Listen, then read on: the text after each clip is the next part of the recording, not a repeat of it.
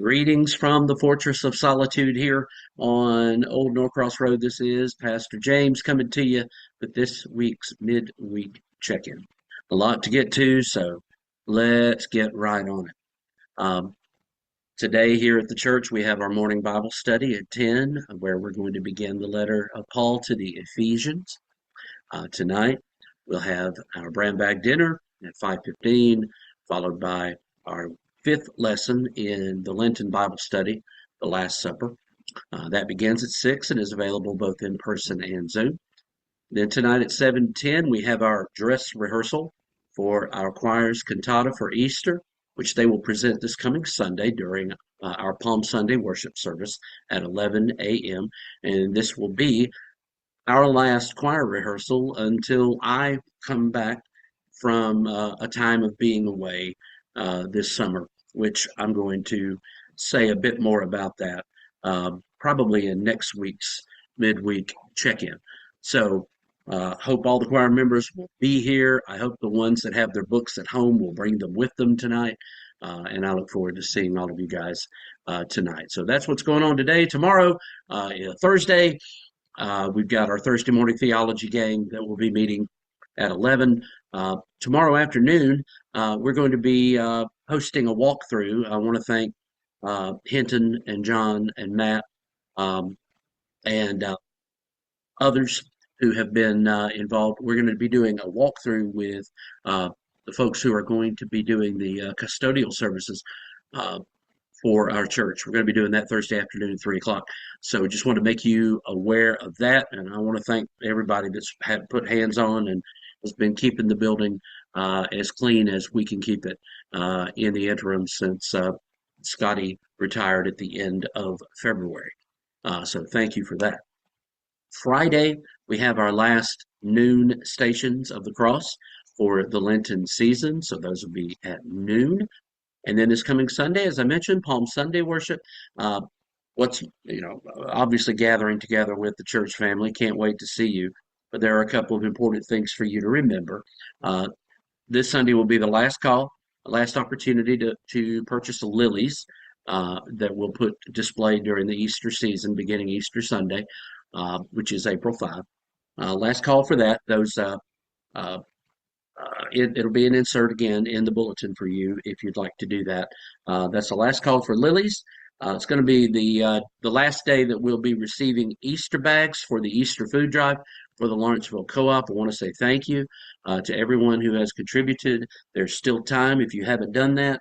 I want to make you aware of that. And next up on this week's midweek check-in is a word about Holy Week. It is here. It is upon us. And it seems like, yeah, honest to goodness, it was just Ash Wednesday. But here we are at Holy Week. Next week is an exciting week in the life of the church, and we give daily opportunities for you to worship during Holy Week. Monday through Friday at 11 a.m., not noon. We had been having them at noon, but with the 10 a.m. Bible study and other things, just decided to make that 11 instead of 12. At 11 a.m. each day next week from Monday through Good Friday, we will have communion service. That communion service will be available both in person and Zoom. Probably takes about 15 to 20 minutes.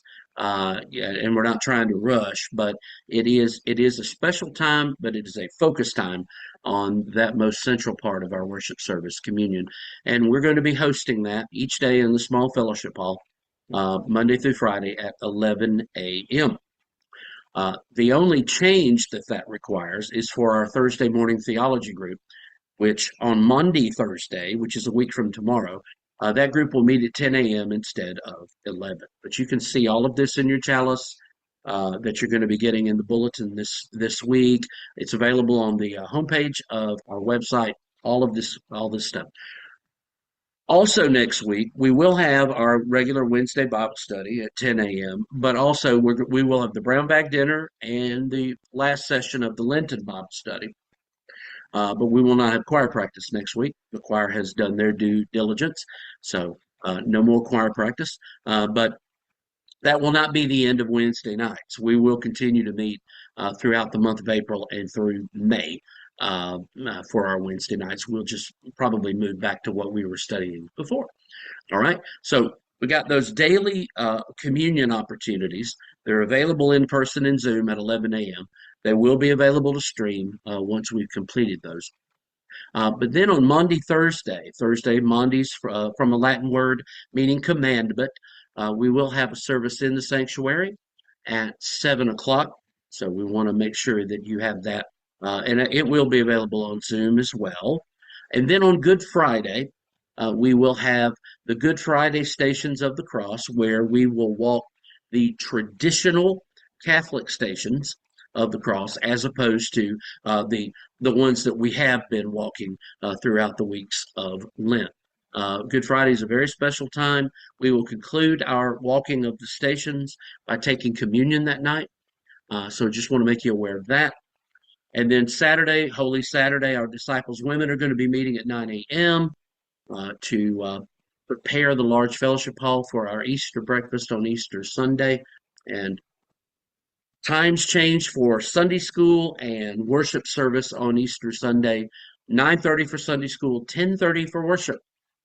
All right. We also have the Easter sunrise service at 7:30, the Easter breakfast at 8 o'clock, and then we'll have morning prayer at 9 o'clock. And at that morning prayer, we observe what we're going to call the 15th station of the cross, and that would be the resurrection.